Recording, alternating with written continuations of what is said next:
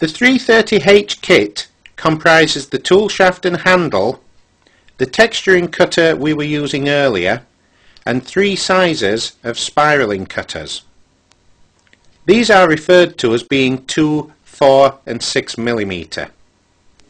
This simply denotes the size of the spacing between the teeth on the wheel in millimetres. This shot also shows 2 additional cutters that are available as optional extras. For anyone using the tool for the first time, the following example would be an ideal introduction. There are 3 washers that are fitted around the bearing in the centre of the wheel. This bearing is recessed down, and so 2 washers are fitted into the top of the cutter and 1 below.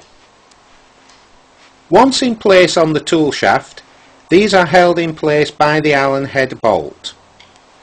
After tightening the bolt down, the cutter wheel should still be free to rotate. In use, the principle is the same for all the wheels, but the 2 mm wheel removes far less material and so is faster to use. The spiral it produces is quite fine and delicate, so a fine-grained hardwood would be best. Please note that not all timber will be able to support a spiral this fine, so the general rule of thumb is that as the wood becomes softer, so the size of cutter wheel being used needs to increase. Let's set the cradle up so that the wheel is tilted to one side, but not by too large an amount to begin with. Whilst we are getting used to the tool, a less steep pitch, with the tool offset only by a half to 1 full graduation, will offer less resistance and cut more easily. Having turned the work down to round, reduce the lathe speed to around 500 rpm. This figure isn't set in stone, however, and 100 or 200 rpm either side of this will not stop the tool from working. Set the tool rest so that with the tool placed horizontally, the cutting wheel is resting just above centre line height, marked on this piece with a pencil line. The tool is used by raising the handle to allow the teeth of the wheel to contact the revolving work at centre line height. To begin cutting a spiral, the tool is placed onto the tool rest, ensuring that the full flat of the cradle rest is sitting on the tool rest.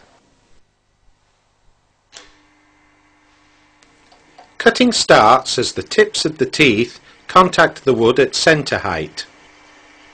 Hold the tool steady in this one position so that we can create a reference groove or a starting point that we can locate the tool back into. Withdraw the tool and stop the lathe in order to check that we have a clean starting point. The tool can then be relocated back into this groove and the spiral extended.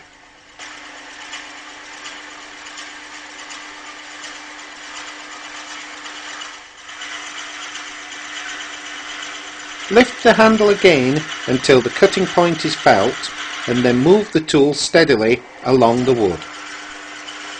Whilst with practice it's perfectly possible to do this in one smooth motion, if too much pressure is applied or the tool moved too quickly, the cutter wheel can be caused to jump out of the groove. Here is an alternate method of creating the first full spiral groove. Start the groove exactly the same as before.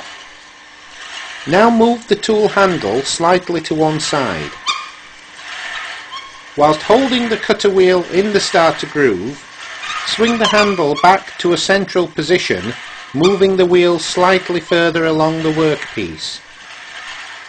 By repeating this action a number of times, the groove is extended slowly but surely.